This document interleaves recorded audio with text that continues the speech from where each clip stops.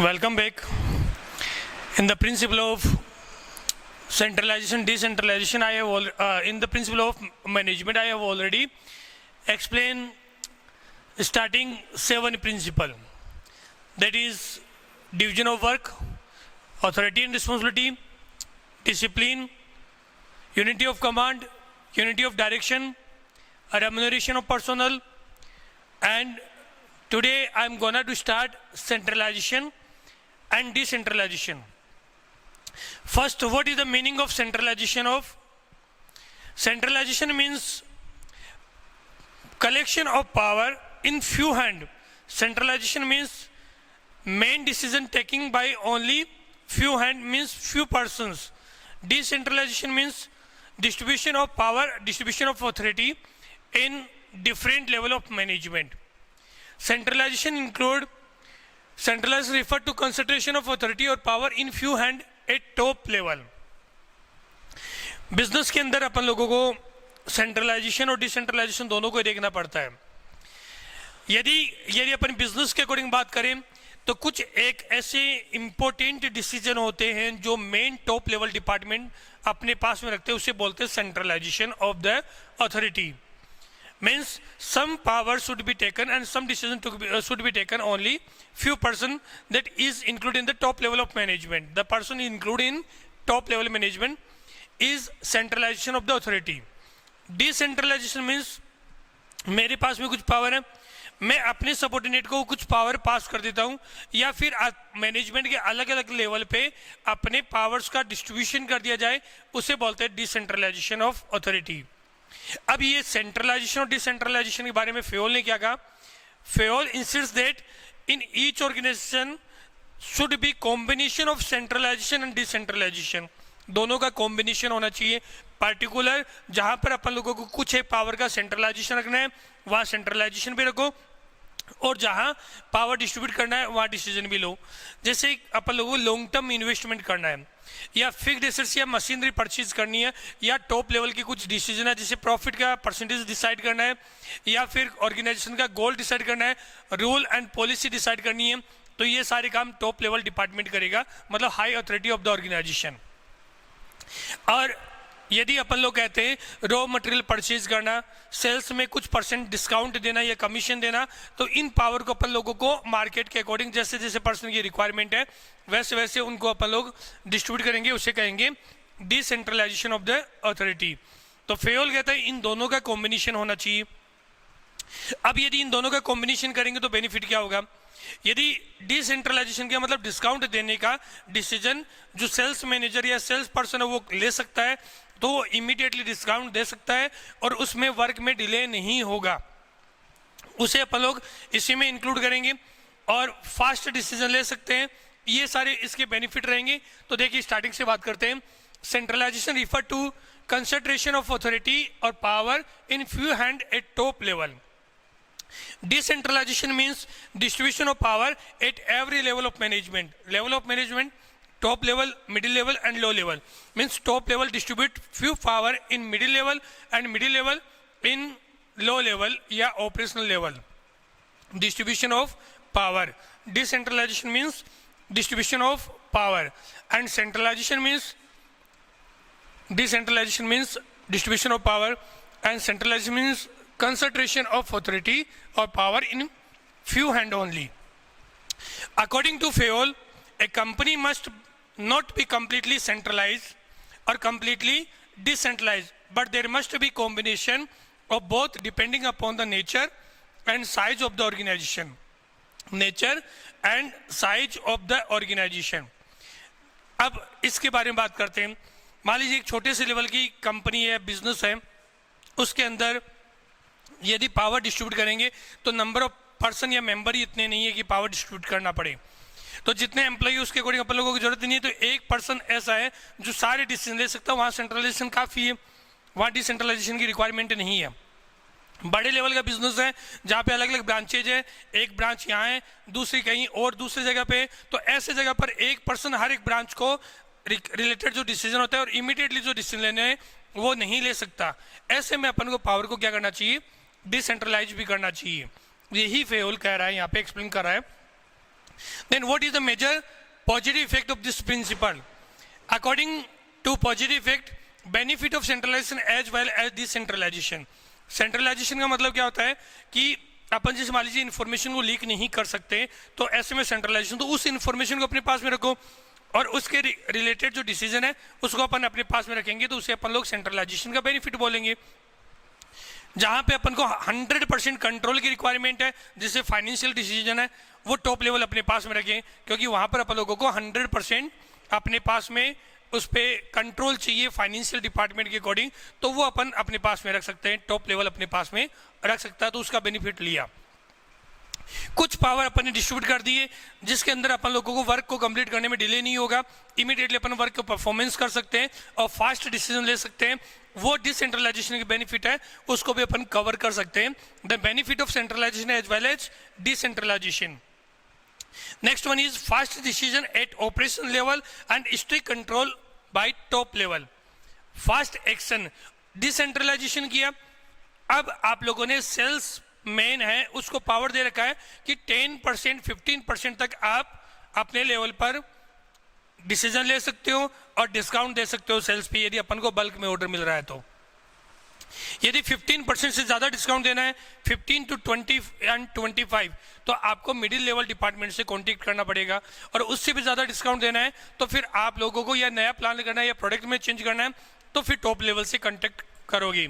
अब इसके अंदर आप लोगों ने देखा कि जहां पर आप लोगों को फास्ट डिसीजन की रिक्वायरमेंट है वो फास्ट डिसीजन पॉसिबल है यदि आप लोगों ने डिसेंट्रलाइजेशन किया है ऑपरेशनल लेवल पे, और जहां पर आपको स्ट्रिक्ट कंट्रोल की जरूरत है जैसे फाइनेंशियल डिपार्टमेंट है तो वहां पे आप लोग क्या करोगे, सेंट्रलाइजेशन का बेनिफिट भी लोगे, तो इसलिए इसके पॉजिटिव इफेक्ट बताएं।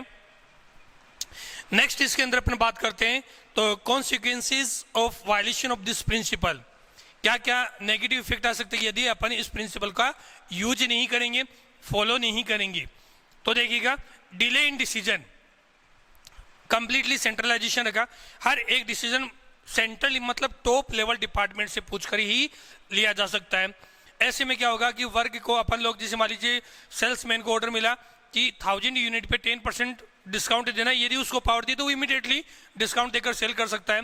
अब कस्टमर आया और उसने कहा कि यदि 10% या 15% या 5% डिस्काउंट देते हो तो मैं ये प्रोडक्ट परचेज कर सकता हूँ।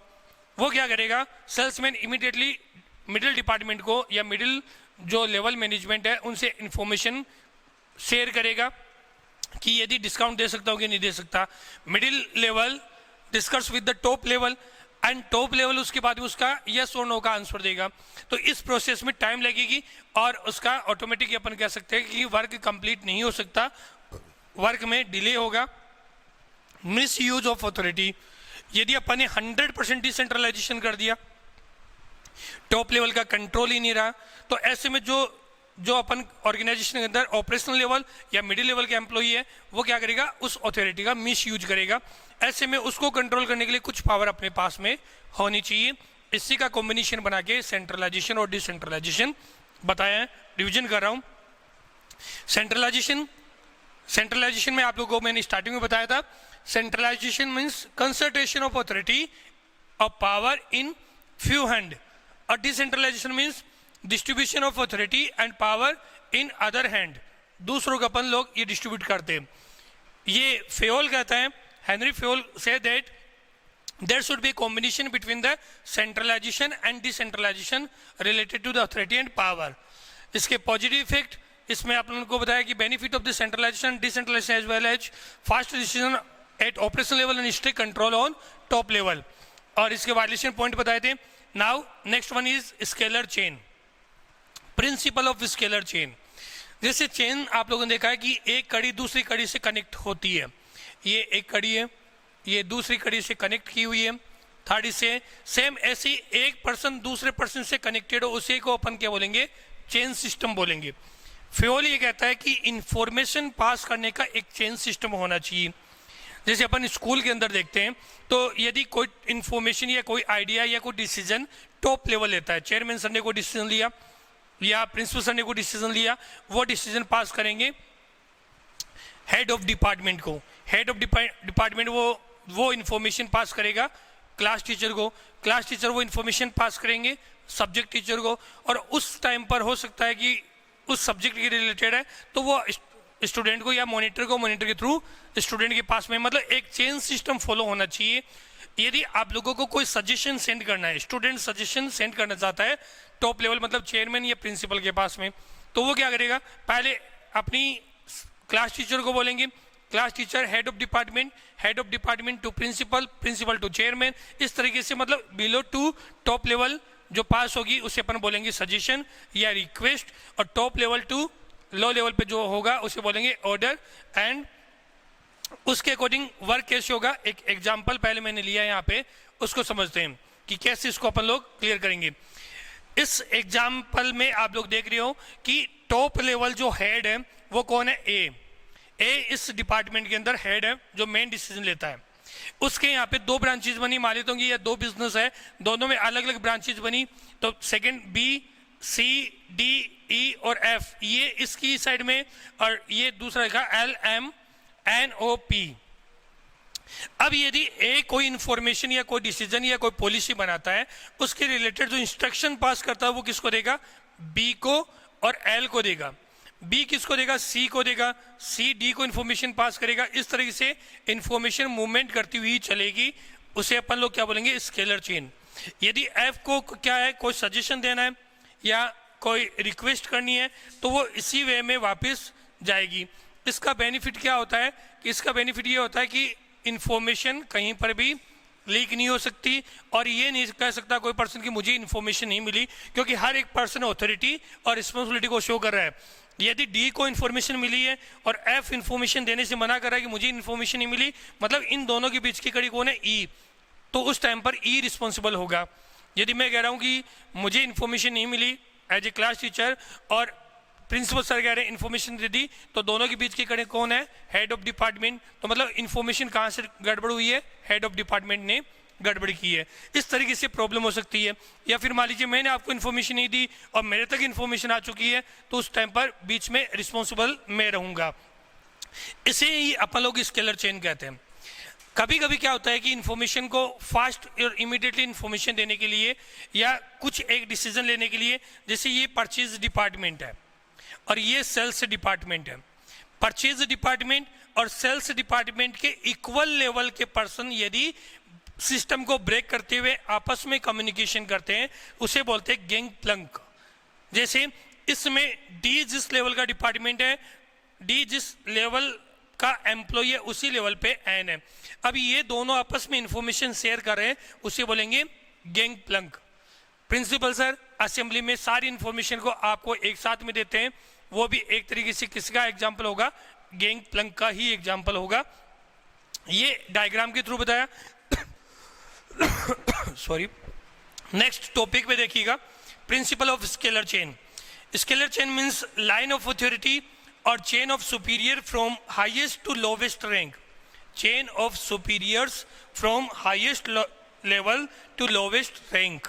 इसमें ये रैंक सिस्टम शो करता है, who is the top most person of the organization and who is the junior person. Fayol insist that this chain must be followed strictly in the organization. यदि किसी organisation में proper information system बनाना है तो एक chain system जरूर होना चाहिए और उसी के अकॉर्डिंग वो इंफॉर्मेशन पास करनी चाहिए।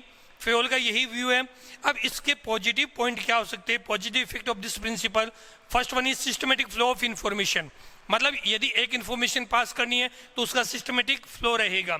Second one is no communication gap in the organisation, कोई कम्युनिकेशन गैप क्रिएट नहीं हो सकता, ये नहीं कह सकते ये इन्फॉर्मेशन नहीं मिली। हम लोग आप लोगों के पेरेंट्स को कोई इन्फॉर्मेशन देते हैं, मैंने आप लोगों को रिटर्न में एक फॉर्मेट दिया, अब आप लोग वो पेरेंट्स को नहीं देते हैं, पीटीएम होती है, पेरेंट्स आते हैं, बच्चे होते हैं, टीचर्स होते हैं, हम कह रहे हैं इन्फॉर्मेशन दी, पेरेंट्स मना कर रहा है, who is the responsible for this communication gap, बिल्कुल आप ही होंगे। तो उस टाइम पर आप लोग फिर गर्दन नीचे करके आराम से बैठ जाते हो, ध्यान नहीं देते। तो वो जो होता है वो क्या है, क्योंकि आप लोगों को लीगल फॉर्मल वे में कम्युनिकेशन किया गया था और उसकी इन्फॉर्मेशन पास की गई थी, लेकिन आप लोगों ने चेन सिस्टम को ब्रेक किया है, हालांकि वहाँ पे रैंक सिस्टम नहीं है। मैंने एक एग्जांपल देकर समझाने की कोशिश की है बस। No communication gap in the organisation, ये बताया है। यहाँ ऑर्गेनाइजेशन की बात हो रही है, वो एक से ही आप लोगों को एग्जांपल लेकर समझा ताकि चेन सिस्टम क्या होता है वो समझ में आए। नेक्स्ट है consequences of violation of this principal, यदि इस प्रिंसिपल को अपन फॉलो नहीं करेंगे तो नेगेटिव इफेक्ट क्या क्या हो सकते हैं। There may be communication gap, no clarity in authority, responsibility, relationship. ये जो चेन सिस्टम है ये अथॉरिटी और रिस्पॉन्सिबिलिटी चेन सिस्टम शो कर रहा है।